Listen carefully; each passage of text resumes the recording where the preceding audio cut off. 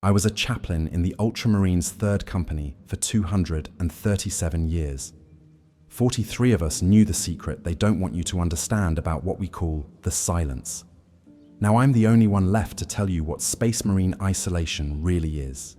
You think we're superhuman, emotionless, perfect warriors forged in the Emperor's image, but you don't know about the screaming that happens inside our minds when the psycho-conditioning fails. You don't know about Brother Maximus, who spent 6 months talking to hallucinations of his dead mother. You don't know about the suicide rates in chapters that never make it into official records. They call us angels of death, but what they don't tell you is how many of us die from the inside out, long before any enemy gets close enough to put a bolt around through our hearts. This is my testimony about the price of transcendence. Chapter 1. The Brotherhood Lie. The Fortress-Monastery of Macragge, Ultramar, date 847 M41. Brother Chaplain Cassius walked the halls of the Fortress Monastery at 0300 hours, when most of the battle brothers were in their meditation cycles. His augmetic skull gleamed in the dim lumens as he made his rounds, checking the sacred spaces where the Emperor's finest were supposed to find peace. But peace, Cassius had learned after nearly 3 centuries of service, was a luxury that Space Marines could never truly afford. The corridors echoed with his heavy footsteps, each one measured and precise. These halls had witnessed the training of thousands of Ultramarines, from their first days as aspirants to their final moments as fully fledged Astartes. Every stone told a story of brotherhood, sacrifice, and unwavering loyalty to the Emperor. At least, that was what the chronicles claimed. Cassius paused outside the meditation chamber of Squad Octavius. Through the reinforced door, he could hear the low murmur of what outsiders might mistake for prayer. But his enhanced hearing, refined by decades of listening to confessions, picked up something else entirely. Brother Severus was talking to someone who wasn't there. "I know you're disappointed in me, Father," Severus whispered. "I know I'm not the son you wanted before the transformation. I can't even remember your face anymore, but I can still hear your voice telling me I was never good enough." Cassius felt the familiar weight of knowledge settle in his chest. This was the 4th battle brother this week who had exhibited signs of what the apothecarian euphemistically called memory fragmentation syndrome. The official reports would classify it as a minor side effect of the psychological conditioning process. The reality was far more sinister. When a young man became a Space Marine, the process didn't just transform his body. The hypno-indoctrination, the psycho-conditioning, the surgical implantation of additional organs, it all came with a price that the Codex Astartes never mentioned. They became something more than human, but in doing so, they lost essential pieces of what made them human in the first place. The irony was brutal. Space Marines were created to be the ultimate defenders of humanity, but the process of becoming one often severed the emotional and psychological connections that made defending humanity meaningful. They remembered their purpose intellectually, but the emotional weight of that purpose became increasingly abstract. Cassius had seen it happen countless times. Young aspirants arrived filled with passion, determination, and clear memories of the lives they were leaving behind. They had families, friends, dreams beyond warfare. They understood, on a visceral level, what they were fighting to protect.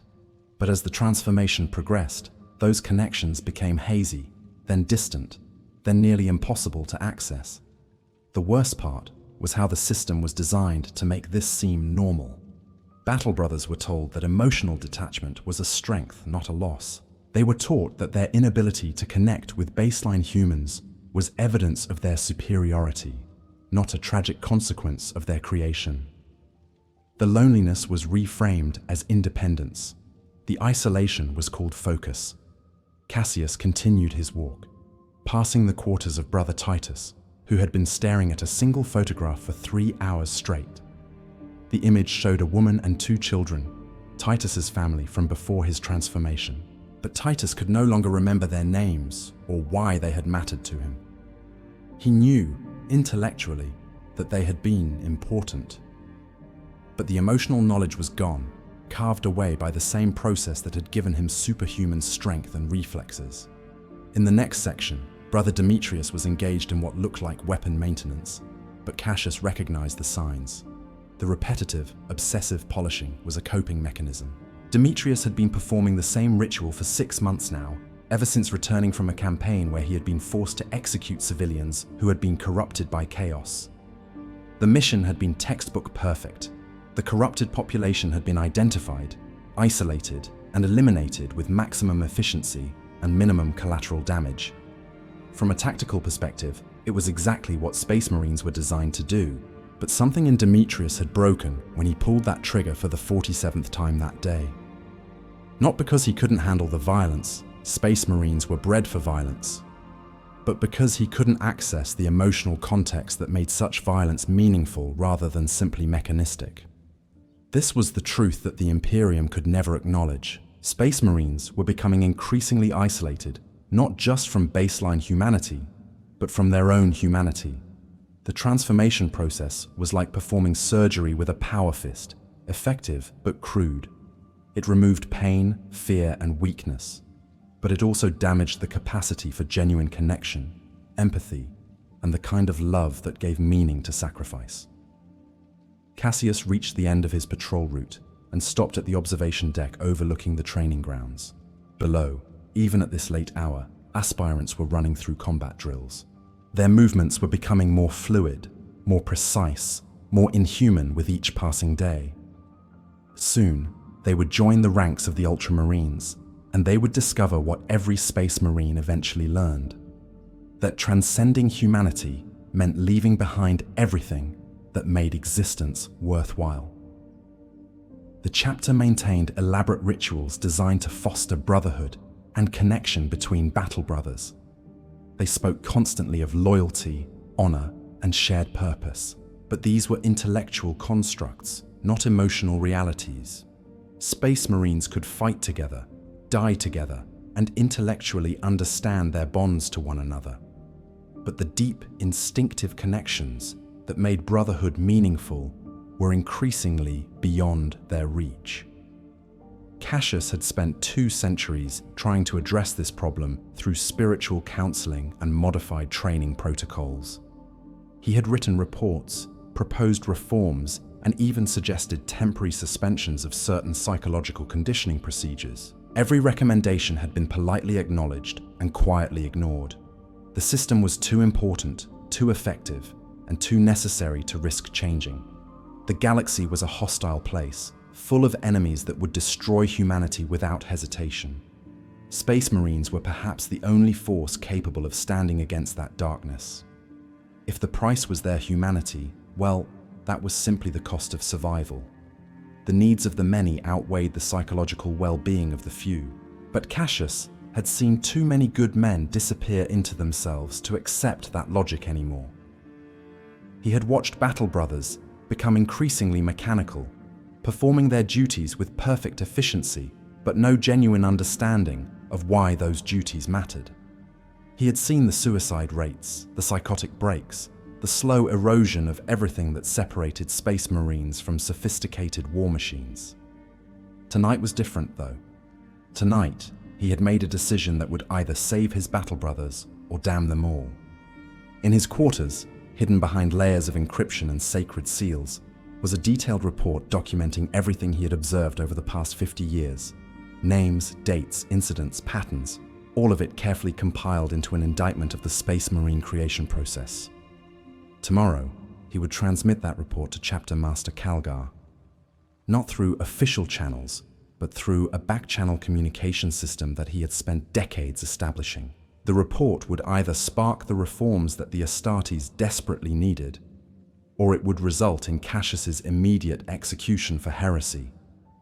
As he turned to head back to his quarters, Cassius caught sight of his own reflection in the polished metal of a wall panel.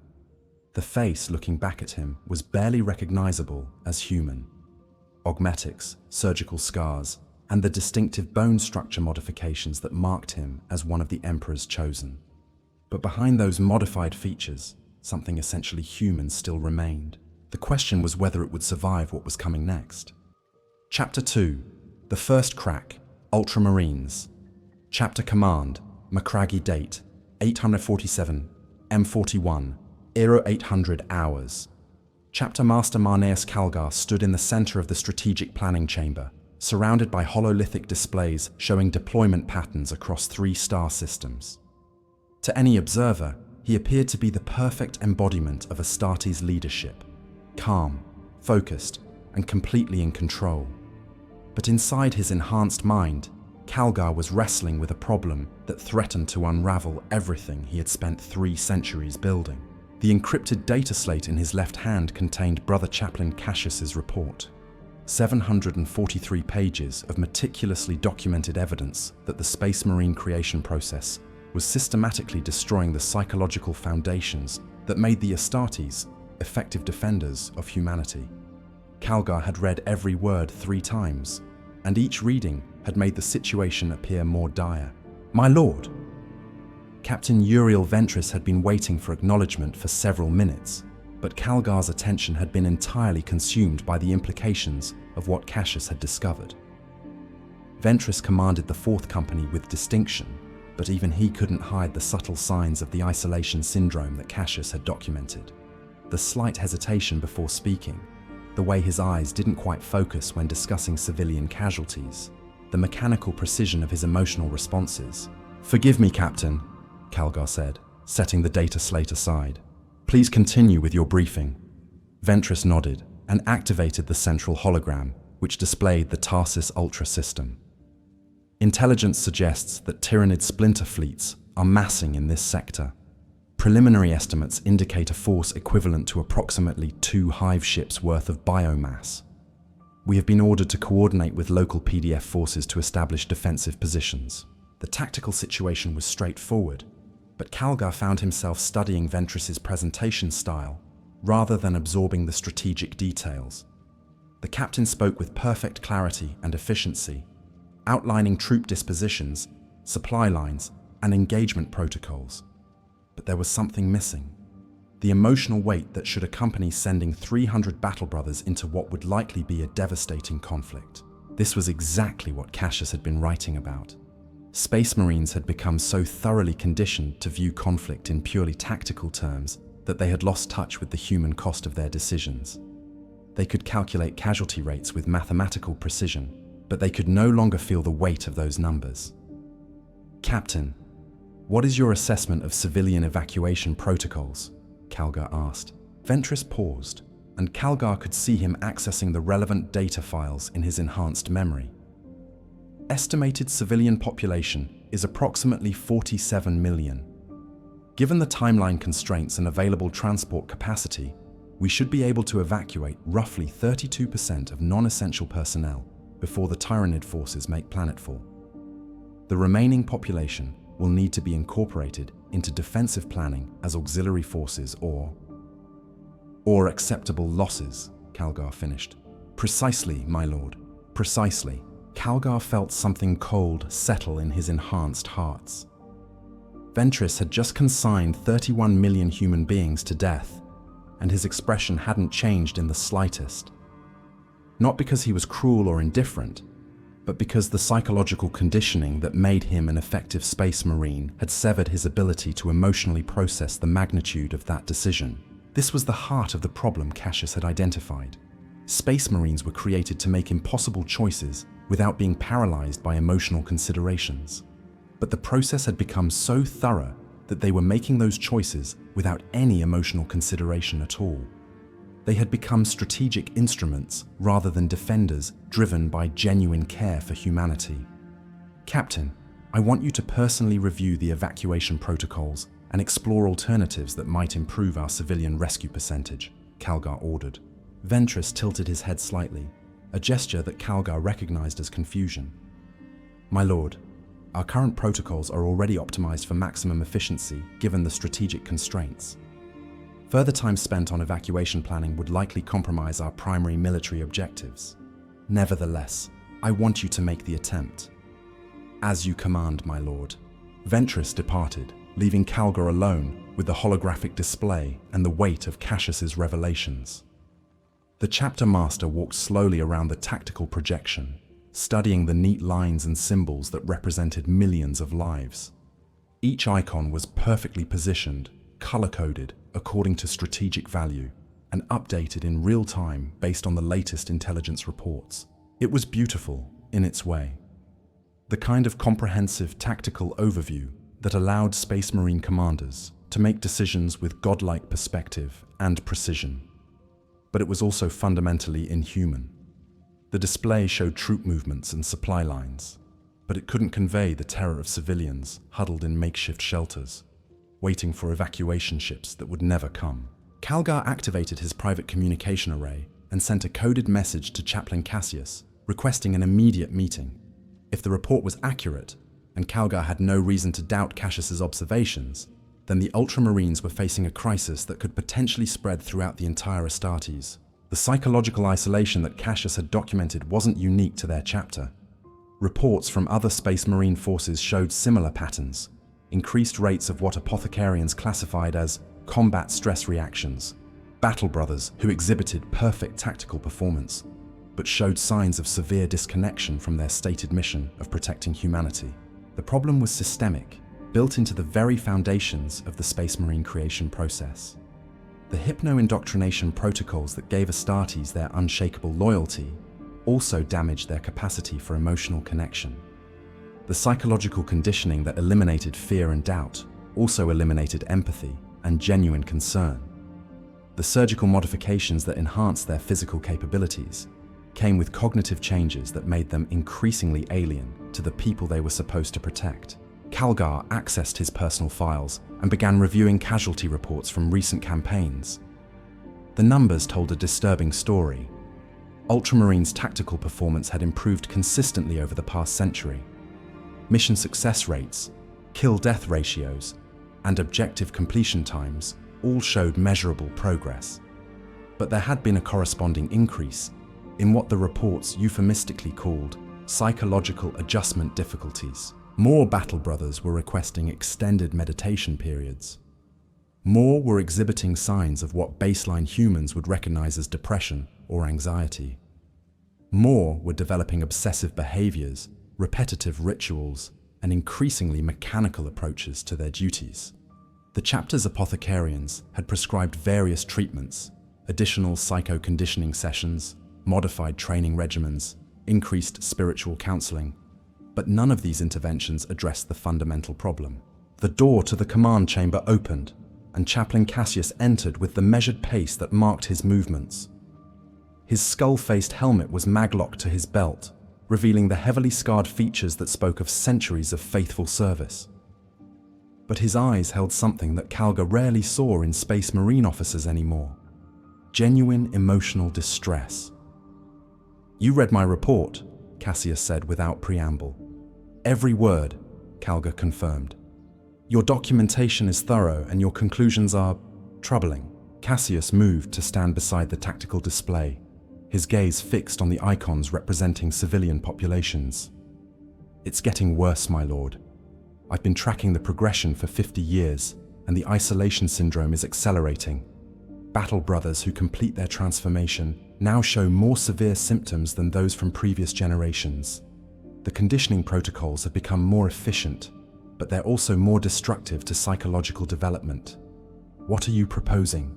"We need to fundamentally restructure the Space Marine creation process, reduce the intensity of hypno-indoctrination, modify the psychological conditioning protocols, and implement ongoing therapy programs designed to maintain emotional connections rather than sever them." Calgar felt the weight of that suggestion.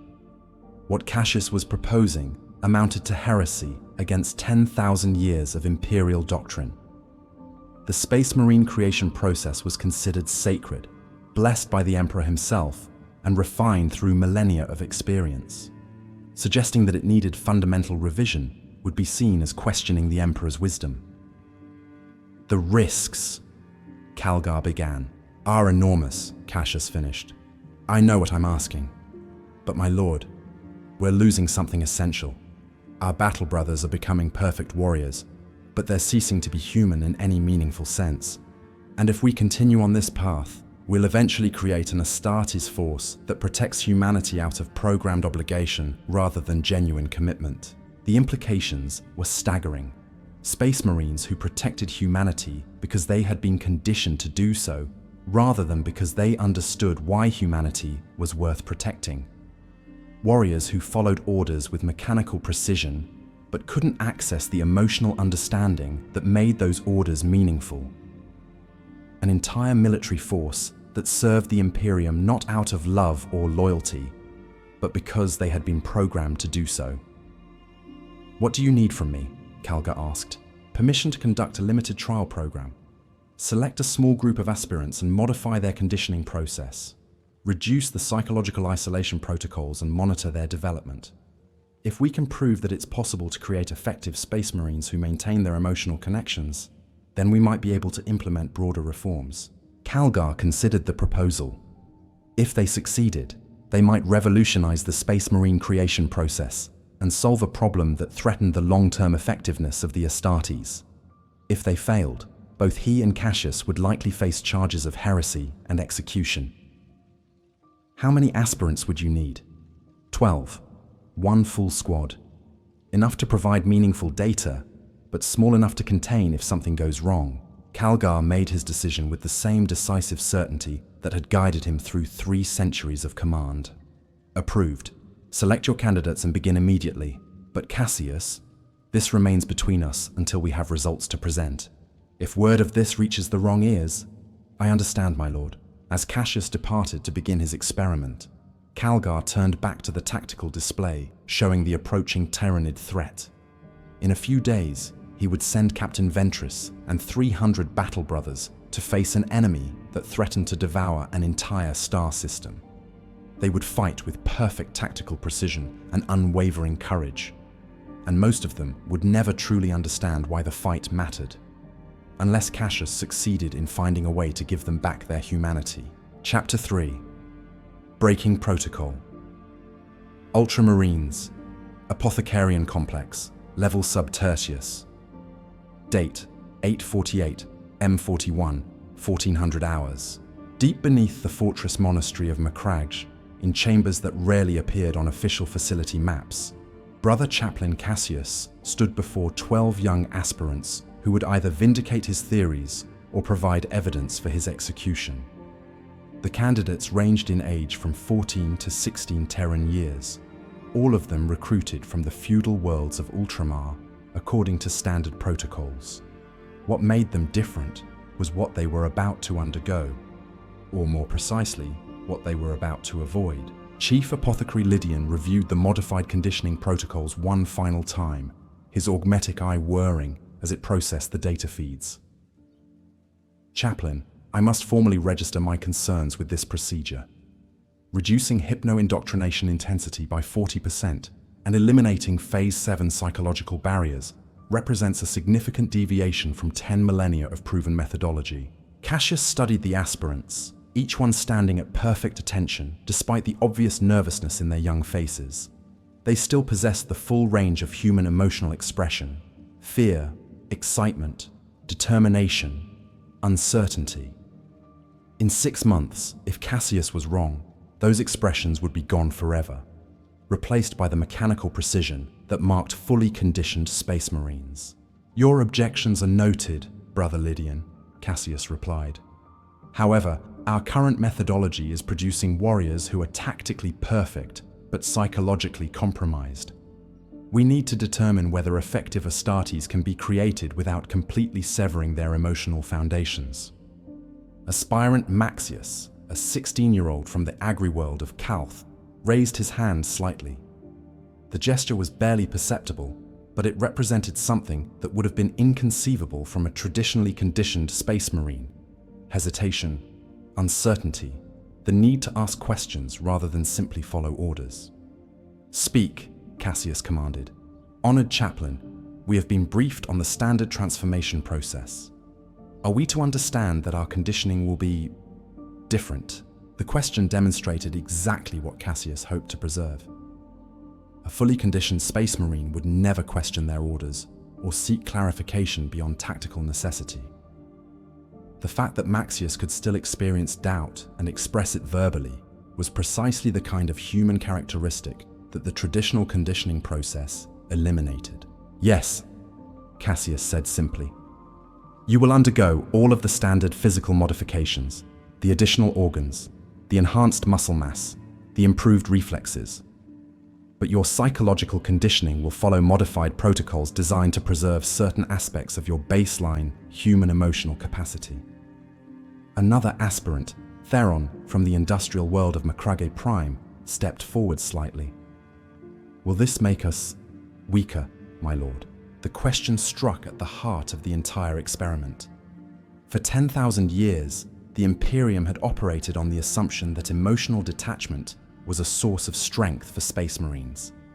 The ability to make impossible decisions without being paralyzed by emotional considerations was seen as essential to their effectiveness. Cassius was proposing to challenge that fundamental assumption. That is what we intend to discover, Cassius answered. It is possible that maintaining emotional connections will make you more effective defenders of humanity, not less. Chief Apothecary Lydian activated the first set of conditioning chairs, each one a sophisticated piece of technology that could reprogram human consciousness with terrifying precision. Aspirants, take your positions. The procedure will begin with standard neural mapping, followed by the installation of preliminary conditioning matrices. As the young men settled into the chairs, Cassius felt the weight of what he was attempting. Each aspirant represented years of careful recruitment and selection. They were the best that Ultramar could produce, physically, mentally, and morally. If his modified conditioning process failed to produce effective Space Marines, he would be personally responsible for wasting 12 potential defenders of the Imperium. But if the traditional process continued unchanged, those same aspirants would emerge as perfect tactical instruments with no genuine connection to the humanity they were supposed to protect. They would fight with unwavering courage and tactical brilliance, but they would never truly understand why their sacrifices mattered. The conditioning process began with neural mapping, a procedure that would catalogue every aspect of the aspirant's baseline psychological structures. In the traditional process, this mapping was used to identify and eliminate emotional responses that might interfere with tactical performance. Fear, doubt, grief, love, all of these were systematically reduced or eliminated during the conditioning process. Cassius's modified protocols would preserve selected emotional pathways while still providing the psychological stability necessary for effective combat performance. It was a delicate balance that had never been attempted on this scale. Neural mapping complete, Lydian announced. Aspirant Maxius shows elevated readings in empathic response patterns. Under standard protocols, these would be designated for immediate modification. Leave them intact, Cassius ordered. Lydian paused, his enhanced fingers hovering over the control interface. Chaplain, elevated empathy levels are consistently associated with reduced combat effectiveness.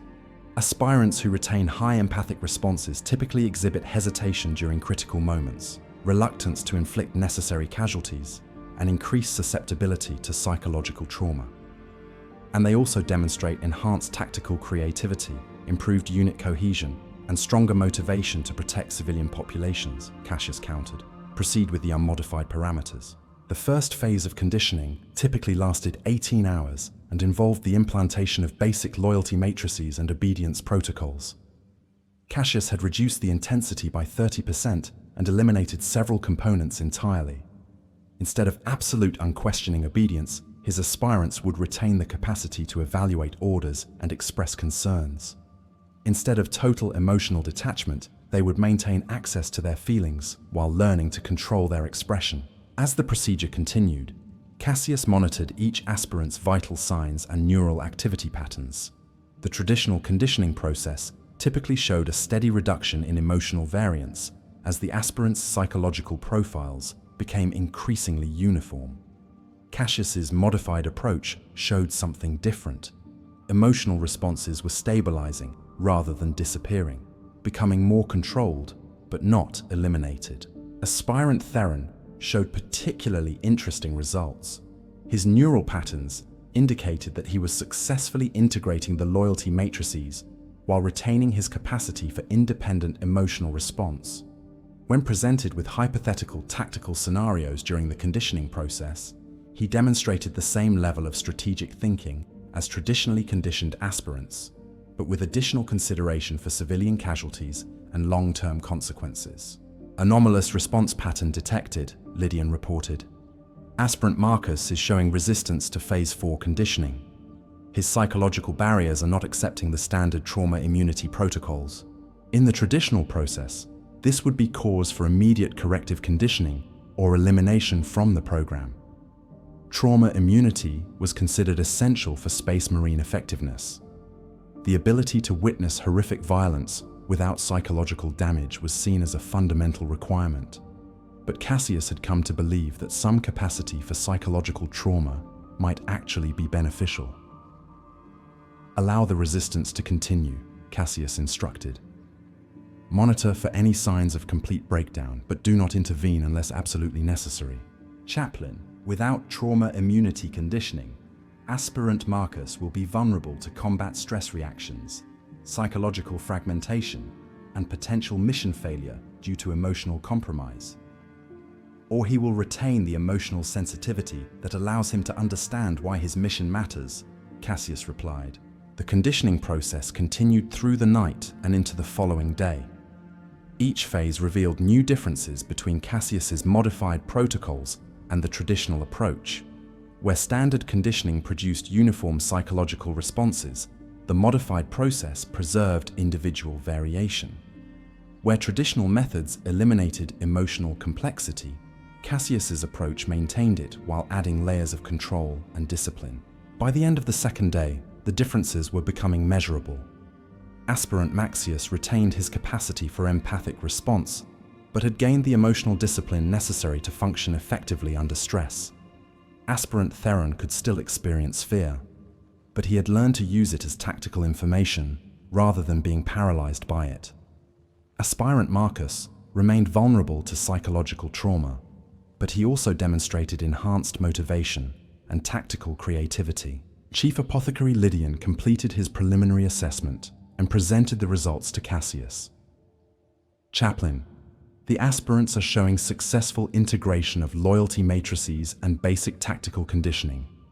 However, they retain emotional characteristics that would be considered problematic under standard evaluation criteria. Define problematic, Cassius requested. All 12 aspirants continue to show elevated responses to simulated civilian casualties. They demonstrate concern for long-term strategic consequences beyond immediate tactical objectives. They retain the capacity to question orders, though they have not shown any signs of actual disobedience. And they continue to exhibit individual psychological variation, rather than converging toward the standard Astartes psychological profile. To Lydian, these were warning signs that the conditioning process had failed to achieve its intended effects.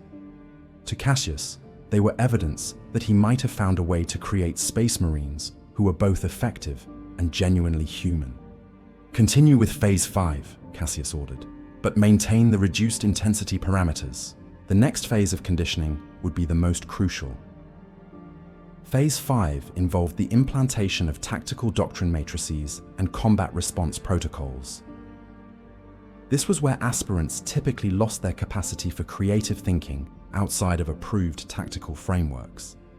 It was also where they developed the mechanical precision that made them such effective warriors. As the conditioning chairs hummed with psychic energy, Cassius found himself wondering whether he was about to prove that humanity and effectiveness could coexist in Space Marine psychology, or whether he was about to create 12 warriors who would fail their first real test of combat. The answer would come sooner than he expected. Chapter Master Calgar's voice echoed through the chamber's communication system, with news that would determine whether Cassius's experiment was a brilliant innovation or a tragic mistake. Chaplain Cassius, report to the command chamber immediately. The Tyranid assault on Tarsus Ultra has accelerated beyond our initial projections. We may need to deploy your aspirants ahead of schedule. Cassius felt his enhanced heart skip a beat. His experimental aspirants were scheduled to complete their conditioning over the next 4 months, followed by 6 months of advanced tactical training. If they were deployed now, they would be facing their first combat test with only partial conditioning and minimal experience. It was exactly the kind of impossible situation that would either prove his theories or provide evidence for his execution. Acknowledged, my lord, Cassius replied. "I'll be there immediately." As he left the conditioning chamber, Cassius cast one final look at the 12 young men who represented either the future of the Astartes or his personal damnation. In 18 hours, he might be explaining to Chapter Master Calgar why his experiment had produced 12 dead aspirants instead of 12 effective Space Marines. The isolation protocols that had protected Space Marines for 10 millennia were about to face their ultimate test. Chapter 4, Trial by Fire Battle Barge. Oath of Moment, Tarsus Ultra System. Date, 848, M41, 0600 hours. The void around Tarsus Ultra writhed with living horror. Through the reinforced viewing ports of the battle barge's command deck, Brother Chaplain Cassius watched as Tyranid bioships disgorged millions of creatures onto the planet's surface. Each organism was perfectly evolved for killing, and collectively they represented an extinction-level threat to the 47 million civilians below. Chapter Master Calgar stood before the hololithic display, his massive frame casting shadows across the tactical projections. "The situation has deteriorated beyond our worst-case projections," he announced to the assembled officers. "Tyranid forces have already overrun the northern continent. Civilian evacuation has been minimal." Cassius felt something cold settle in his enhanced heart as he processed the implications. According to the updated casualty reports, fewer than 3 million civilians had been successfully evacuated before the Tyranid assault overwhelmed the planet's defensive systems. That meant 44 million human beings were either already dead or soon would be. Captain Uriel Ventris reviewed the tactical situation with mechanical precision. "My lord, we have 4 options. First, orbital bombardment to eliminate the Tyranid infestation, accepting complete civilian casualties. Second, strategic withdrawal to preserve Astartes forces for more favorable engagements. Third, limited ground assault to recover valuable industrial assets before the planet is lost. Fourth, full-scale ground deployment to contest Tyranid control of population centers." The mathematical clarity of Ventris's assessment was exactly what Cassius had been documenting in his reports. 4 options, each presented with perfect tactical logic and no emotional consideration for the human cost. Option 1 would save the galaxy from Tyranid expansion by murdering 44 million Imperial citizens. Option 2 would preserve 300 Space Marines by abandoning those same citizens to a horrific death. Options 3 and 4 differed only in the scale of acceptable civilian casualties. "What do you recommend, Captain?" Calgar asked. Ventris paused for exactly 2.3 seconds. Long enough to process the tactical variables, but not long enough to consider the emotional implications. "Strategic withdrawal, my lord. The Tyranid force concentration exceeds our capacity to achieve meaningful battlefield success. Preserving our forces for future engagements would serve the Imperium's long-term interests." Cassius watched the faces of the assembled officers as Ventris delivered his recommendation.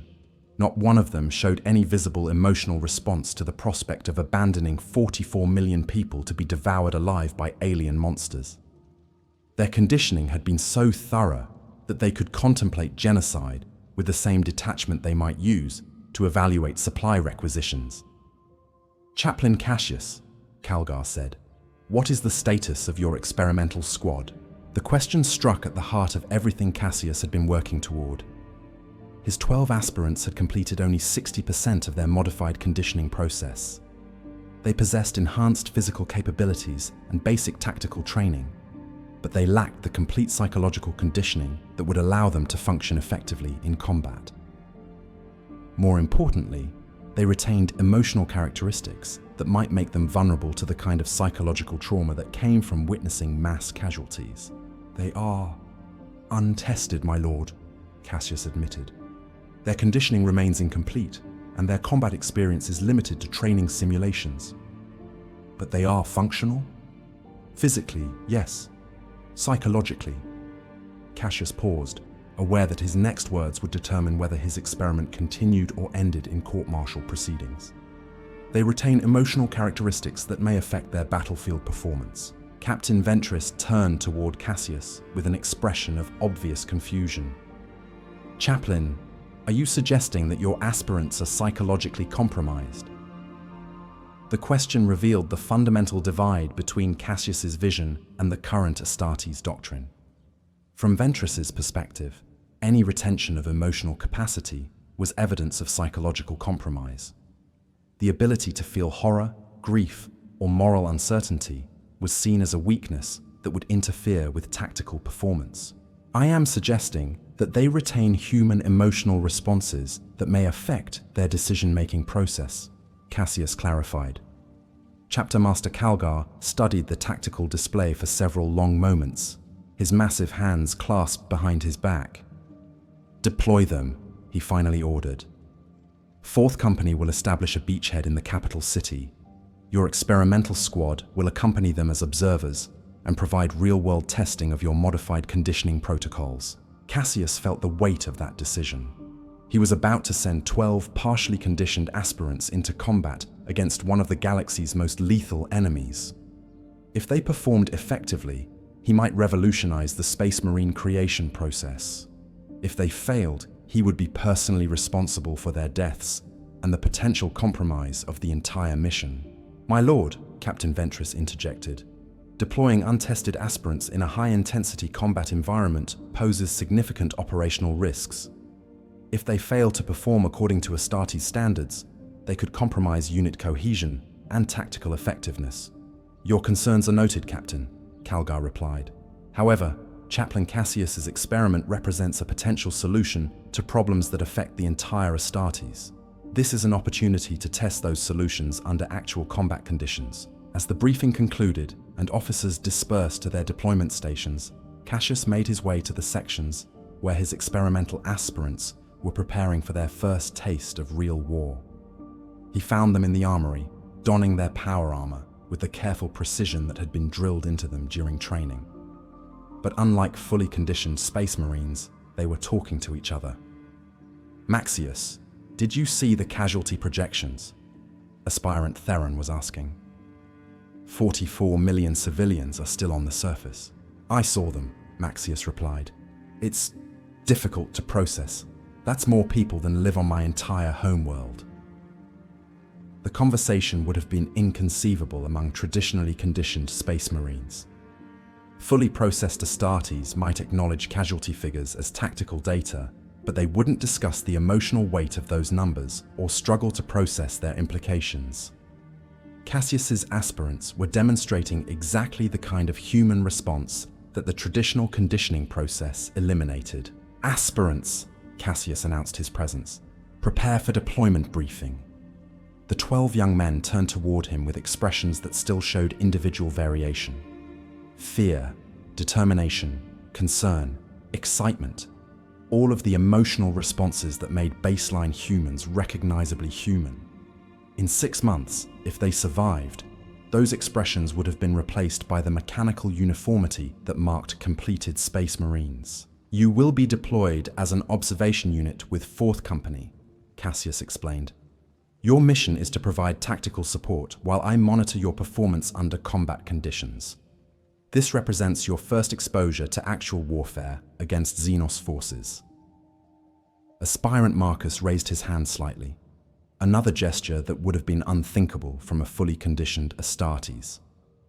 "Chaplain, the tactical briefings indicate that civilian casualties will be extensive.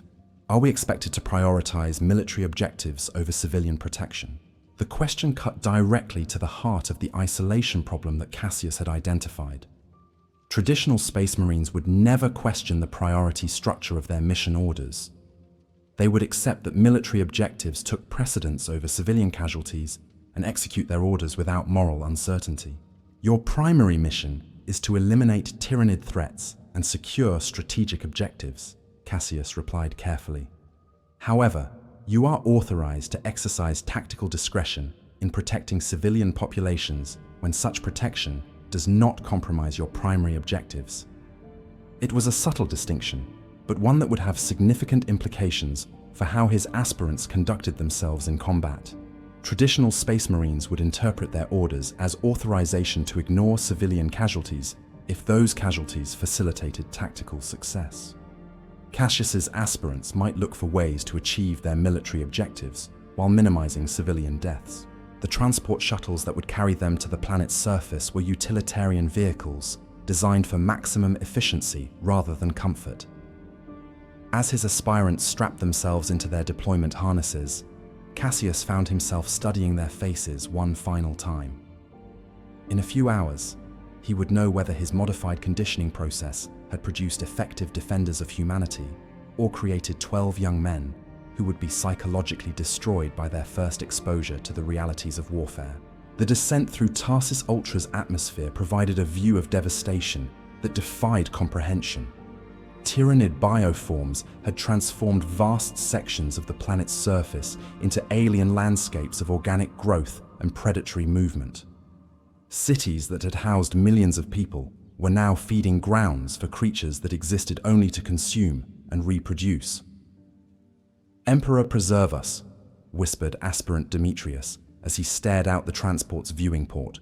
The comment would have earned immediate disciplinary action if it had come from a traditionally conditioned space marine.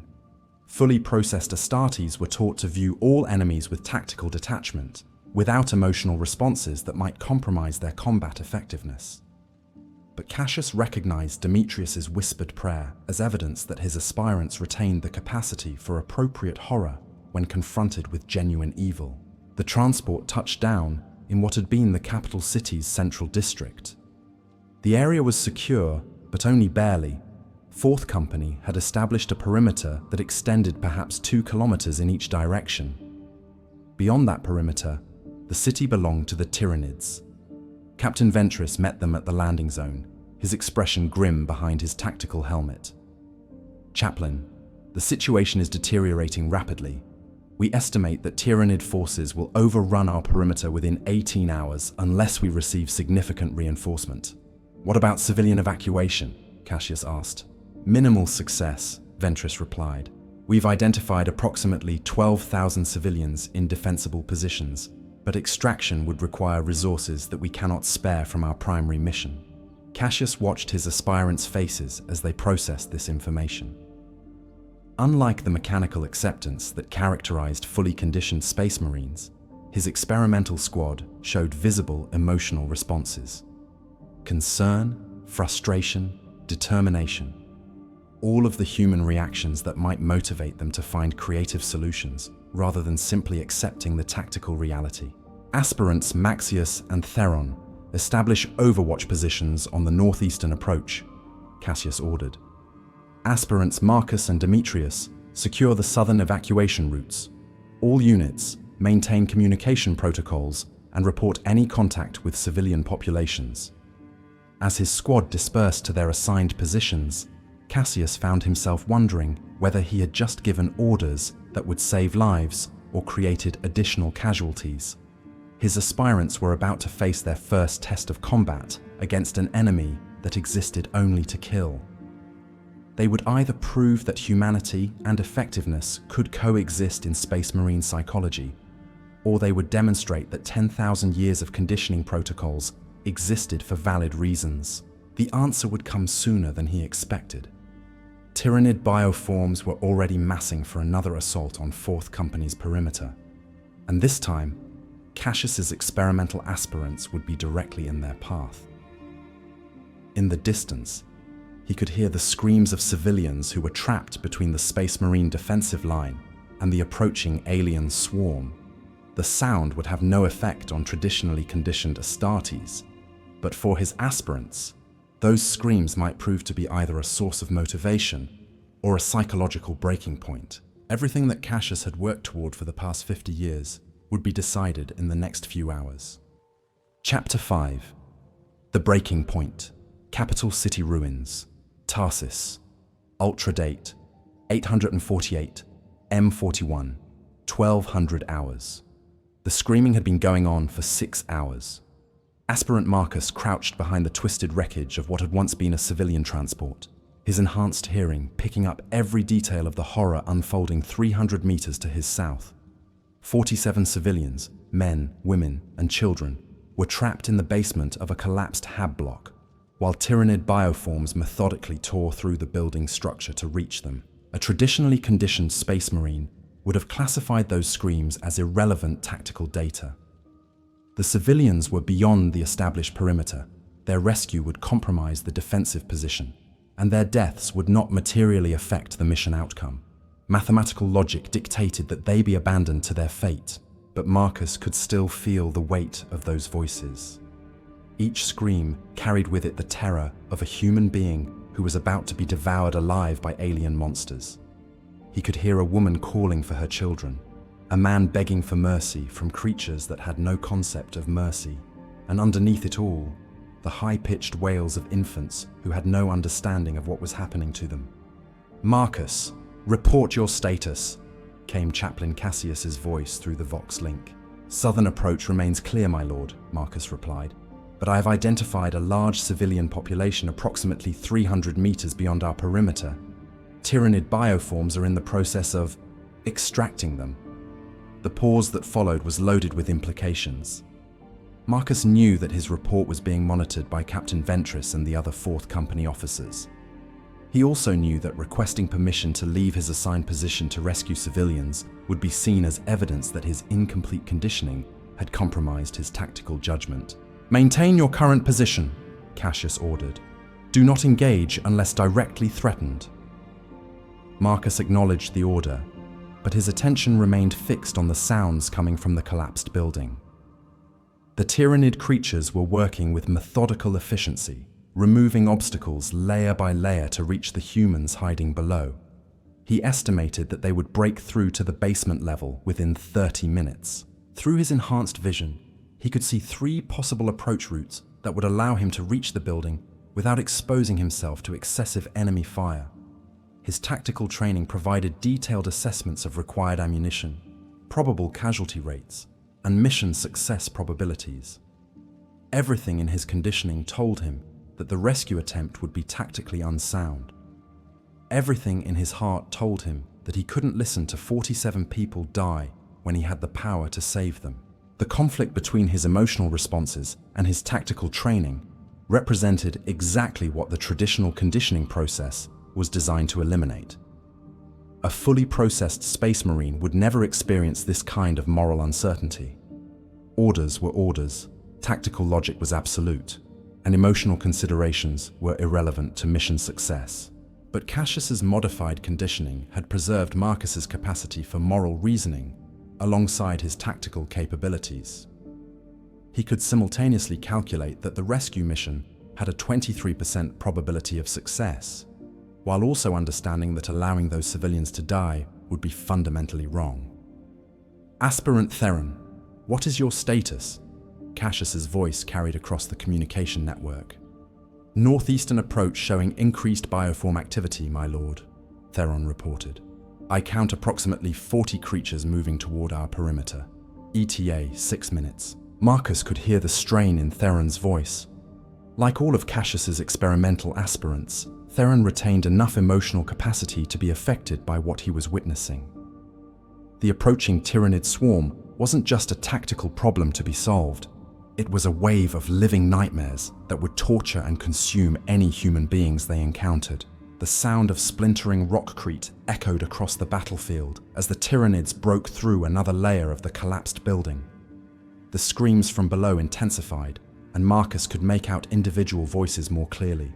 A woman was singing what sounded like a lullaby, probably trying to comfort a child. A man was reciting what Marcus recognized as a fragment of the Imperial Creed, seeking divine protection that would not come. Marcus's enhanced hearts hammered against his ribs as he made a decision that would either validate Cassius's theories or prove that emotional retention was incompatible with effective military service. He activated his Vox link on a private channel to his fellow aspirants. "All units, this is Marcus. I'm going to attempt extraction of civilians at grid reference 447229. I need covering fire and tactical support." The response was immediate and unanimous. "Marcus, negative," came Maxius's voice. "You're ordered to maintain position." "I know what my orders are," Marcus replied, "but those are Imperial citizens down there. If we don't act, they're all going to die. And if you break position, you might compromise the entire defensive line." Theron pointed out. Your tactical training should be telling you that the lives of 47 civilians don't outweigh the risk to 300 Astartes and the mission objective. Marcus felt the familiar weight of the logical arguments that had been drilled into him during conditioning. Tactical efficiency demanded that acceptable losses be accepted. The greater good required sacrificing the few to protect the many. Military objectives took precedence over humanitarian concerns. But his modified conditioning had also preserved his capacity to question those assumptions. Why was the life of a Space Marine automatically worth more than the life of an Imperial citizen? What was the point of protecting humanity if individual humans were considered expendable? How could the Imperium's defenders claim to serve humanity while systematically devaluing human life? "I'm not asking you to follow me," Marcus told his squad mates. "But I'm not going to stand here and listen to children die when I can prevent it." Marcus activated his jump pack and launched himself toward the collapsed building, his bolt pistol ready and his chainsword humming with activation energy. Behind him, he could hear Captain Ventress's voice on the command channel, ordering all units to maintain position and not pursue the rogue aspirant. The first Tyranid bioform that moved to intercept him was a creature the size of a rhino transport, covered in chitinous armor and armed with razor-sharp talons that could slice through ceramite. Marcus's tactical training provided instant analysis: approach vector, probable weaknesses, optimal engagement distance. But his emotional responses provided something else: rage at the creature's very existence. This thing had been created for one purpose: to kill human beings. It existed to transform Imperial citizens into biomass for the Tyranid hive fleets. Every fiber of Marcus's being, both the conditioned and unconditioned portions, rebelled against that fundamental wrongness. He put 3 bolt rounds through the creature's center mass and followed up with a chain sword strike that opened its torso from sternum to pelvis. The bioform died with a shriek that sounded almost surprised, as if it hadn't expected to encounter genuine resistance. Marcus reached the collapsed building and began tearing away debris with his enhanced strength. Below, he could hear the civilians calling out in a mixture of hope and terror. They knew someone was coming to help them, but they had no way of knowing whether it was salvation or just another predator. "Throne!" one of the voices called out as Marcus broke through to the basement level. "It's an angel! A real angel of death!" The basement contained exactly what Marcus had expected.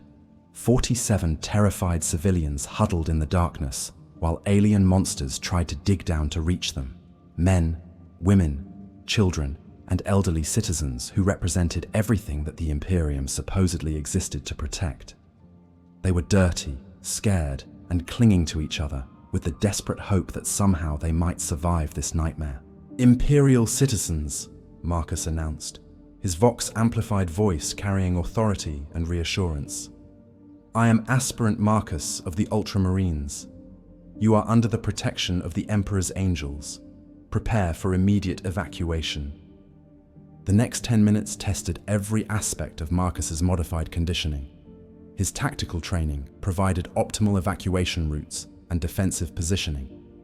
His physical enhancements allowed him to carry civilians who were too injured or traumatized to move on their own. His loyalty conditioning ensured that he would die before allowing harm to come to Imperial citizens under his protection. But his emotional capacity allowed him to understand what his actions meant to the people he was saving.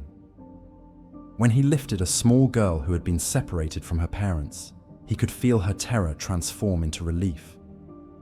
When he guided an elderly man who could barely walk, he could see gratitude and renewed faith in the Emperor's protection. When he established a defensive perimeter around the evacuation group, he could hear prayers of thanks that carried genuine emotional weight. This was what the traditional conditioning process eliminated: the ability to understand the human significance of Space Marine actions. Fully processed Astartes could save lives with mechanical efficiency, but they couldn't feel the meaning of those saved lives. They could protect humanity without understanding why humanity was worth protecting. Marcus's enhanced hearing detected movement in the ruins above as more Tyranid bioforms converged on his position. His tactical analysis indicated that he was vastly outnumbered and that maintaining his current position was tactically unsustainable. Logic demanded immediate withdrawal to the established perimeter, but 47 civilians couldn't move fast enough to reach safety before the Tyranids overwhelmed them. Abandoning them now would simply delay their deaths by a few minutes. Marcus activated his emergency beacon and transmitted a final message to Chaplain Cassius. "My lord, evacuation in progress. Request immediate support at grid reference 447229. I will hold this position as long as possible." The response came not from Cassius, but from an unexpected source. "Marcus, this is Maxius. We're on our way." Through his enhanced vision, Marcus could see his fellow aspirants converging on his position from multiple directions. They had abandoned their assigned posts and were moving to support his unauthorized rescue mission. Each one of them was disobeying direct orders and risking court-martial or execution. But they were also demonstrating something that had been missing from Space Marine doctrine for 10,000 years: the willingness to prioritize human life over tactical orthodoxy. As the Tyranid swarm closed in around them, Marcus realized that Cassius's experiment was about to face its ultimate test. His squad would either prove that emotionally aware Space Marines were more effective defenders of humanity, or they would all die as evidence that traditional conditioning existed for valid reasons. The sound of approaching enemies filled the air as Marcus prepared to discover which outcome awaited them.